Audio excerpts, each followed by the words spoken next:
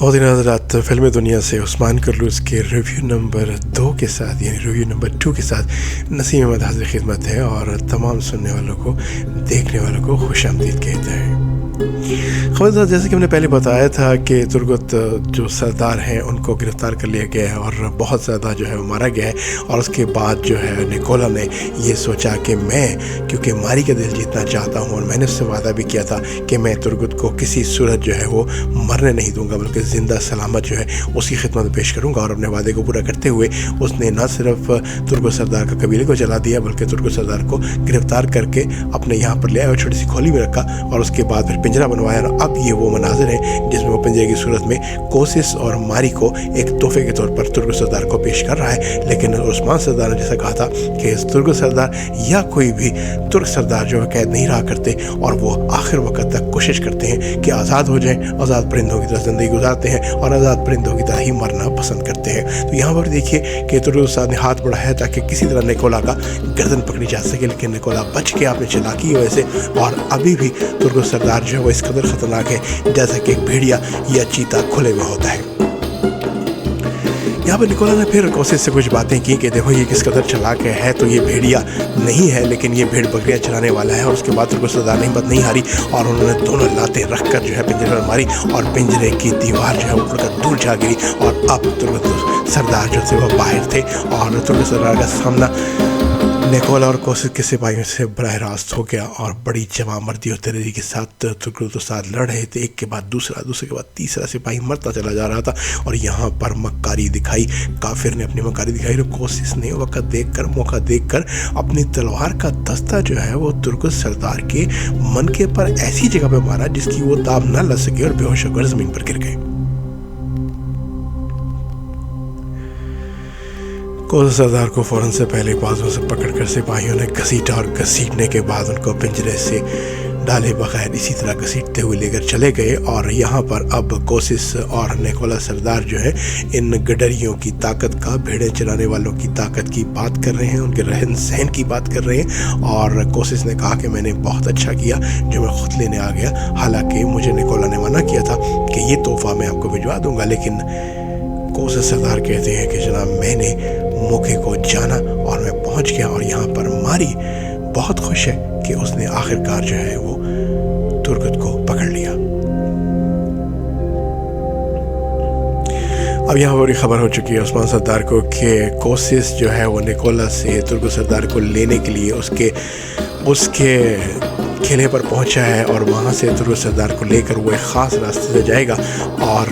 उस्मान सरदार अपनी टीम के साथ जय कोताही है, इसमें सारे के सारे इसके सिपाही खड़े हुए हैं और ये ज़मीन पर एक नक्शा तलवार की मदद से बना रहे हैं ताकि ये रास्ते में कोसिस को, हरमान काया के तैकफूर को रास्ते में पकड़ लें और तुर्गुत सरदार को वहाँ से रिहा कर लें, क्योंकि अब तक निकोला जो है वो तुर्गुत सरदार को कोसिस के हवाले कर चुका होगा।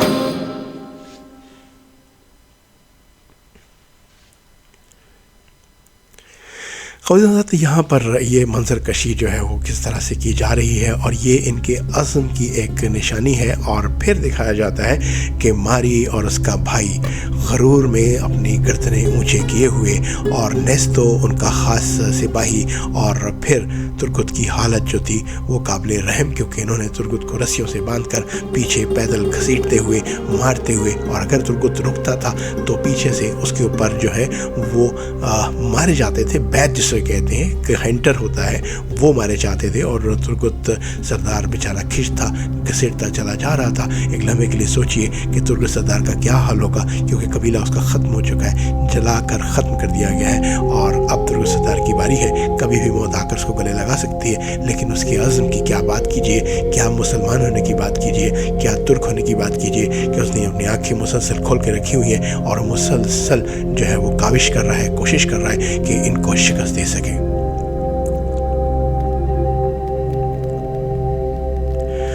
यहाँ पर कोसिस सरदार में सिपाहियों को, अपनी बहन को अपने किस्से सुनाता हुआ कि हम किस जवामर्दी से जो है वो आगे बढ़े। और यहाँ पर अचानक जो है वो असलमू सामने आ जाता है, देवू सामने आ जाता है, जो कि बेलाचिक के जो तैखुर है वो उसका बंदा है और उसका जो है वो अब पैगाम लेकर आया है। और लोगातोस जो है, लोगातोस ग्राग्रेस जो है, उसने इसको भेजा है कि रास्ते में जाके कोशिश से को बात करके तुम जो है उस बंदे को यानी कि तुर्गुत सरदार को ख़रीद लो या छीन लो।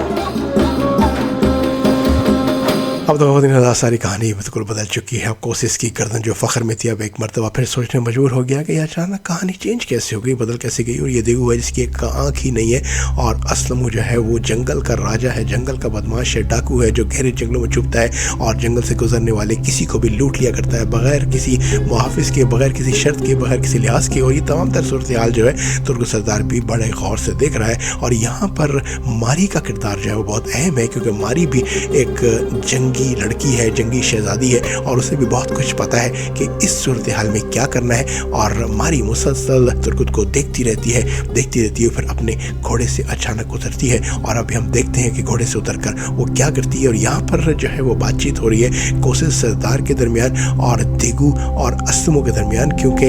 ये लोग ये कह रहे हैं कोशिश सरदार को कि तुम अपना रास्ता बदल लो, क्योंकि उस्मान सरदार लाजमी तौर पर तुम्हें जो है रास्ते में छीन लेंगे तुमसे तुर्गत को। और असलम कहता है क्योंकि जंगल का मैं बादशाह हूँ, मैं रास्तों का बादशाह हूँ, मुझे पता है कौन सा रास्ता बेहतर है और तुम मेरे बताए हुए रास्ते पर चलो और वहाँ से तुम आहिस्तगी से तुर्गत को लेकर निकल जाना। अभी बातें ज़्यादा गहरी नहीं हुई थी कि असलम ने कहा कि मैं तुर्गत को तुमसे हासिल कर लूँगा और कोशिश में तुम्हें मार दूँगा और तुम बग़ैर किसी वजह के मुझे जो है तुर्गत हवाले कर दो। अब यहाँ पर दिखा रहे हैं कि मारी ने खंजर निकाल कर तुर्गत के हाथ में थमा दिया और तुर्गत बहुत हैरान था कि मारी ये क्या कर रही है। लेकिन मारी है, मारी को पता है किस वक्त क्या करना है, क्योंकि ये जंगी हिकमत अमली है। ये तुर्गत सरदार की आंखों में हैरान की आप देख सकते हैं। और ये मारी हरकत जो है ये देखकर ड्रामे का तजस्सुस और भी पहले से बढ़ जाता है। तुर्गुत सरदार की आंखों में बेतहाशा सवालात थे, लेकिन फिर भी उन्होंने खंजर जो है उनसे लेकर छुपा लिया और अब रस्सियों से बंधे हुए हाथों के दरमियान खंजर था और मुसलसल अपने रास्ते के दौरान वो ये कोशिश करते रहेंगे कि किसी तरह उनकी रस्सियाँ कट जाएं। ख़ुद हज़रात बात थी कि दमने की बात नहीं ले रही थी और यहाँ पर जो असलमू था उसने अपनी हरकत दिखाई और रास्ता बदलवा लिया। उस्मान सरदार ने भी अपने सिपाहियों को रास्ते में लगवाया और बताया था कि जब वो आबशार के पास से गुजरेंगे तो उन पर हमला करेंगे। लेकिन रास्ता बदल लिया गया और उसके सिपाही वहाँ इंतज़ार कर रहे हैं और वो इंतज़ार ही करते रहेंगे। और क्योंकि वहाँ पर असलमू और उसका जो देगू साथी है उसने कोशिश सरदार का रास्ता बदलवा के मज़ीद गहरे जंगल में ले गया और उन रास्तों पर है जहाँ पर उस्मान सरदार नहीं पहुँच सकता और उसके लिए मुश्किलात पैदा होंगी। अभी यहाँ पर बैठे इंतज़ार कर रहे हैं और इनका एक सिपाही वहाँ से वापस आएगा और सिंगूर सरदार उसका नाम है, वो आगे इनको बताएगा कि कोशिश ने अपना रास्ता बदल लिया है। वो देखिए वो सिपाही आ गया घोड़े पर और वो आगे उस्मान सरदार को बता रहा है कि सिंगूर भाई इसका नाम है कि कोशिश ने अपना रास्ता बदल लिया है।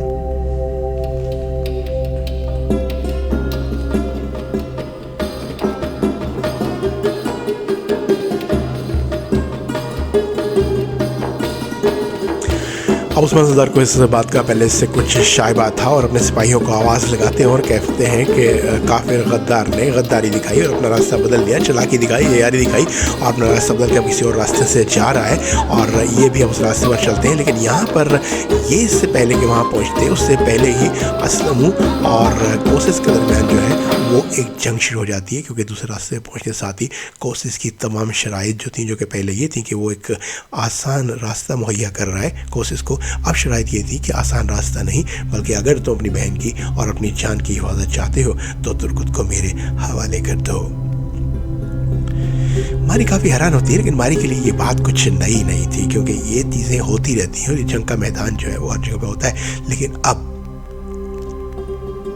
कोशिश बहुत परेशान था। अब कोशिश को सिर्फ इस वक्त जो चीज़ चाहिए थी वो थी अपनी बहन की हिफाजत और कोशिश सब कुछ भूल चुका था कि तुर्गुत कौन है और मैंने उसका क्या करना है, निकोला से मैं तोहफा लाया हूँ या क्या करना है। सिर्फ एक ही मन में बात समाई हुई थी कि किसी तरह अपनी बहन की हिफाजत कर लूँ और यहाँ से बचकर निकल जाऊँ।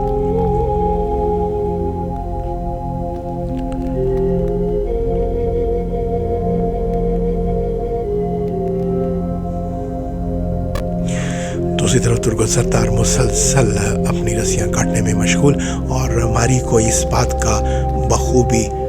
इल्म था कि तुर्गत सरदार के अकेले लड़ने का मतलब ये है जैसे कि 8 से 10 सिपाही लड़ रहे हों।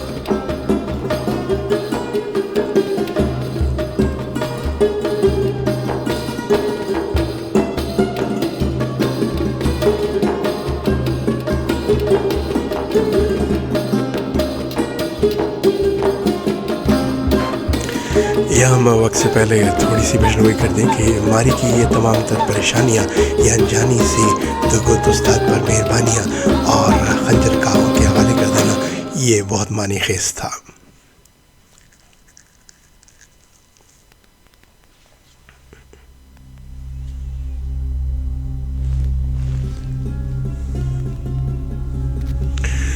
उस्मान सरदार जंगल में तुर्गत सरदार कोशिश को ढूंढता हुआ दर बदर घूमता हुआ अब जंगल में फिर रहा है कि कहीं से पता चल जाए कि कहाँ पर है।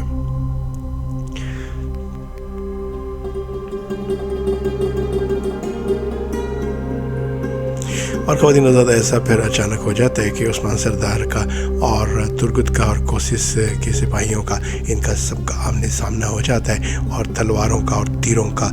बरदरीख इस्तेमाल शुरू हो जाता है और चारों तरफ से तीरों की बारिश हो जाती है।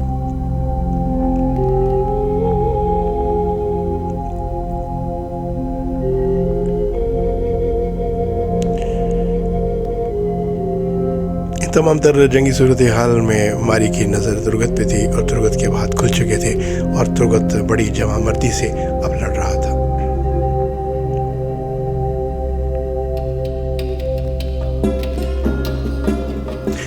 सरदार कोशिश कर रहे थे कोशिश के किसी तरह से अपनी बहन की आवाज़ कर सके, और तुर्गत इससे पहले कि उस्मान सरदार के सिपाही तुर्गत तक पहुँचते, तुर्गत ने बेहतर ही समझा कि अपनी जान बचाकर जंगल की तरफ भागा जाए। और उस्मान सरदार उससे बहुत दूर थे, वो कि उस्मान सरदार ने तुर्गत को देख लिया था, लेकिन फासला बहुत ज़्यादा था और उस्मान सरदार के पहुँचने से पहले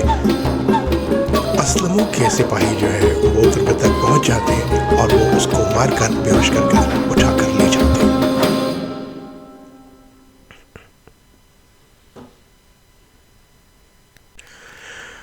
उस्मान सरदार हर पल के बहुत कोशिश करते हैं कि किसी तरह से तुर्गत सरदार के करीब पहुंचा जा सके, लेकिन जंगल में कुछ सिलसिला इस तरह से बनता है कि वो बावजूद कोशिश के तुर्गत सरदार तक नहीं पहुंच सकते और उन्हें, क्योंकि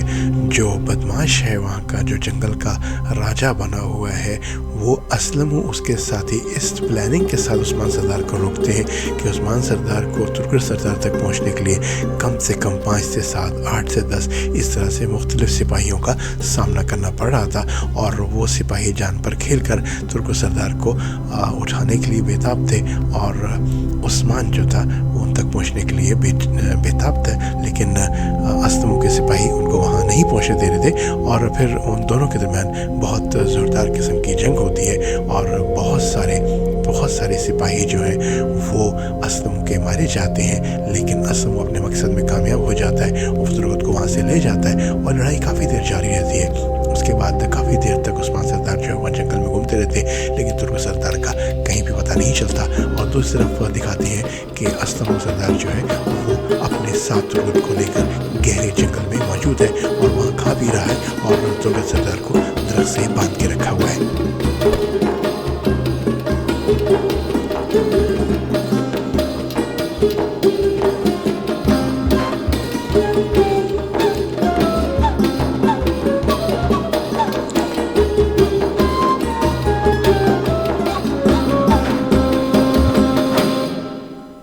अब यहाँ साहिबो दिखाते हैं कि ग्रेगरो पादरी जो है वो अंद्रयास के साथ जो है वो प्लेट तो निकल गई थी, लेकिन प्लेट निकलने के बावजूद जो है जंग ने अपना काम दिखाया और ग्रेगरो पादरी की तबीयत जो बहुत ज़्यादा ख़राब रहना शुरू हो गई, बहुत ज़्यादा टेम्परेचर यानी बुखार रहना शुरू हो गया। तो इन हालात को देखते हुए उमर अब्दाल को बुलाया गया। उमर अब्दाल का तारुफ ये है कि वो काई कबीले के बहुत ही दाना और बहुत ही ज़्यादा तजर्बाकार हकीम है और ज़ख्म को देखते साथ ही बहुत सी चीज़ें वो बता देते हैं। और इस वक्त उमर अब्दाल वाकई देख रहे थे अपनी नज़रों से कि ग्रेगरो पादरी इंतहा से ज़्यादा तकलीफ़ में है और इंद्रास उनका जो ख़ास आदमी है वो बहुत ज़्यादा से भी ज़्यादा परेशान है, क्योंकि ये ज़ख्म पादरी की जान ले सकता था या फिर जिस्म के हिस्से यानी उनके बाजू को उनसे जिस्म से जुदा भी किया जा सकता था।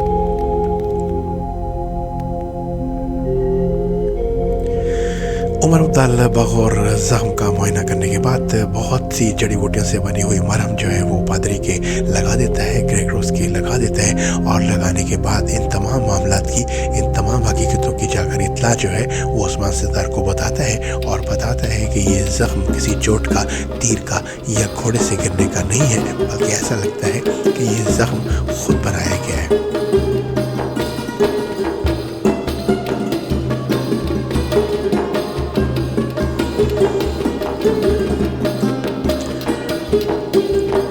उस्मान सरदार उमर अब्दाल की बात को जहन में रखते हुए इरादा करते हैं कि वो जाकर ग्रेगरो पादरी से खुद ही मिलेंगे और इंद्रास को भी देखेंगे। उस्मान सरदार का एक वतीरा रहा है कि वो ज़ुबान से ज़्यादा आँखों से काम लेते हैं, और वहाँ पर भी जाकर उन्होंने वही शेक्सपियरियन थॉट जो उसको लेकर वो सामने आए, और ये कोशिश थी कि वो इंद्रास का और पादरी के चेहरे के रिफ्लेक्सेस को जज करें और पता करें कि हकीकत बात क्या है। और उन्होंने वहाँ जाकर पादरी से बुनियादी से सवालात पूछे और ज़्यादा सवालात भी नहीं पूछे, और बस उसकी हालत पूछकर वो वहाँ से निकल गए ताकि उनको शक ना पड़े।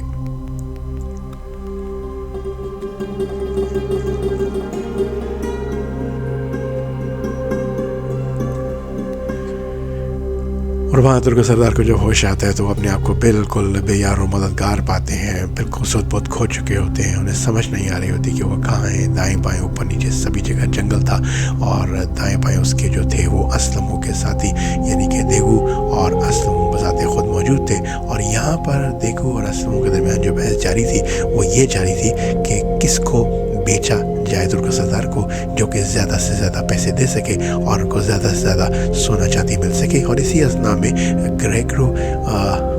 रोगातुस जो है वो आ जाता है। रोगातुस ग्रेगरो जो बेलाचिक का तेखुर है वो जंगल में नज़र आता है, क्योंकि उसके साथी हर जगह पर होते हैं और वो बखूबी जंगल को जानता होता है। वो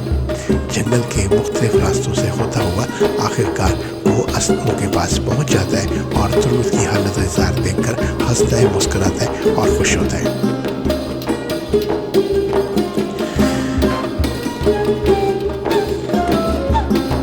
अब रोगातुस और इसके दरमियान बहस चल जाती है, और असलम नाना करके भी रोगातुस का जो है वो थोड़ा एहतराम करता है, डरता भी है। और यहाँ पर भी उसने कोशिश किया कि ब्लैक जेट के तकफ़ुर रोगातुस को वो अपनी बात न मनवाए, और लेकिन ब्लैक जेट का तकफ़ुर जो है वो पहले से इंतजाम करके गया था और उसके साथ पूरी फौज थी। जब असलमों ने तुर्क को देने से इनकार किया तो एक सीटी बजाने पर सारे के सारे सिपाही जो कि जंगल में छुपे हुए थे वो सामने आ गए और उन्होंने असलमों को चारों तरफ से घेर लिया। और अब असलमों के पास कोई रास्ता नहीं था सिवाय इसके कि तुर्क को रोगातुस के हवाले करते। रोगातुस अपनी चाल पर हंस रहा था, खुश हो रहा था, और एक सोने की थैली निकाल कर असलमों की जानिब उछाल देता है और कहता है यही तुम्हारा हिस्सा बनता है, इसी को तुम रखो, और तुम क्योंकि जंगल के बदमाश हो, लुटेरे हो, तो तुम लुटेरे बन के रहो और तकफ़ुर का मुकाबला मत करो।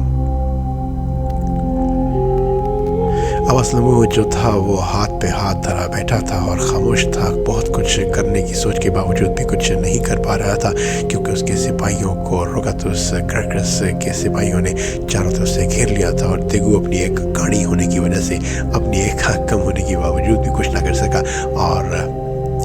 रोगातुस बहुत खुश था कि अब तुर्गुत को उस्मान सरदार को देकर वो ग्रेगरो पादरी को हासिल कर लेगा। और काफ़ी सारी वार्निंग देने के बाद, लानत मलामत करने के बाद रोगातुस ने यही बेहतर समझा कि अब तुर्क सरदार को वहाँ से लेकर रवाना हुआ जाए।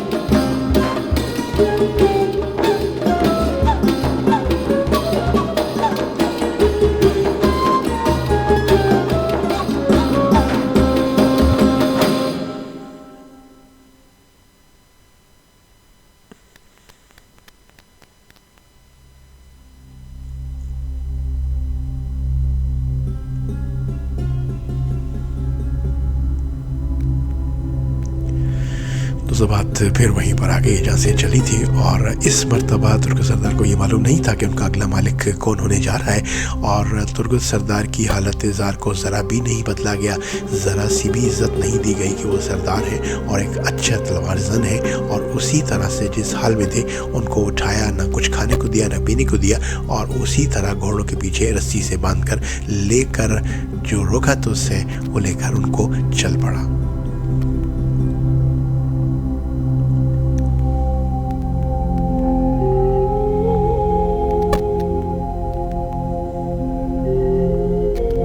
सवाल ये पैदा होता है कि रोगातुस